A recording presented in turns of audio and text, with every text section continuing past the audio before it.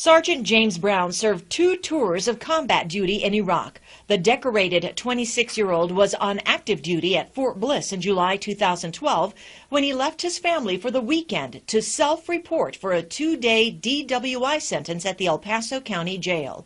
When he checked in, jail records show that Brown reported in writing to the jail that he was diagnosed with post-traumatic stress.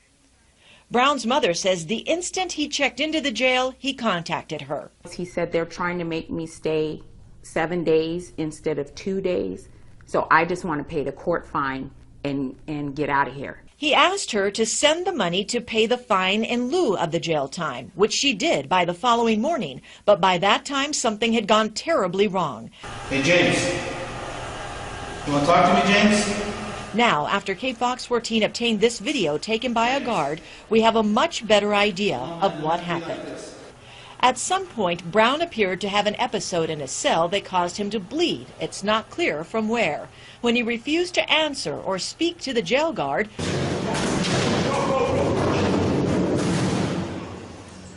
a team of guards in riot gear was brought in to storm his cell.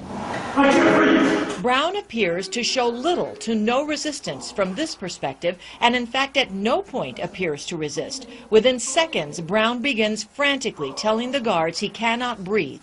Then this. From beginning to the end of this recording, Brown would state that he could not breathe, at first frantically,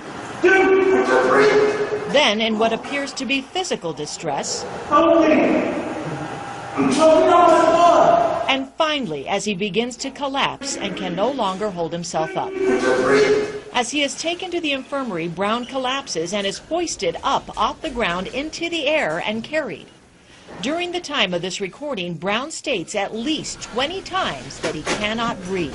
He is given 2 injections of lorazepam, which is a sedative. Dude, please take it off. Take it off, take it off. Please take the mask off. I cannot breathe.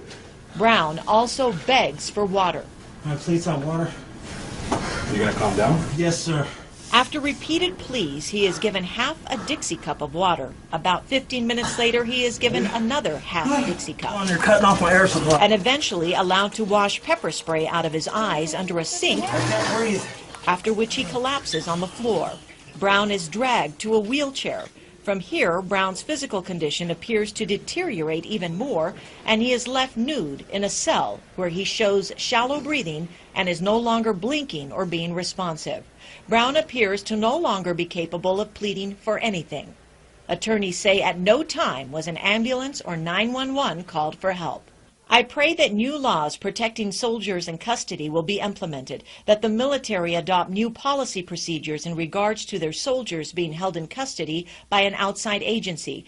If these changes can be made and our soldiers are protected and another family never has to experience what my family has, then my son's death would not be in vain. Brown's mother sent us this statement today. Brown's mother turned to KFOX 14 and says she wants Americans to see this video and see exactly what happened to her son in El Paso County. Brown was eventually placed on a gurney and wheeled out of the jail to be taken to University Medical Center, where he was officially pronounced dead, something the family's attorneys Jason Bowles and B.J. Crow insist showed a gross violation of Brown's constitutional rights. When a 26-year-old active military person checks into jail for a court-imposed sentence on a Friday, and he leaves Sunday, in a casket, something went horribly wrong there.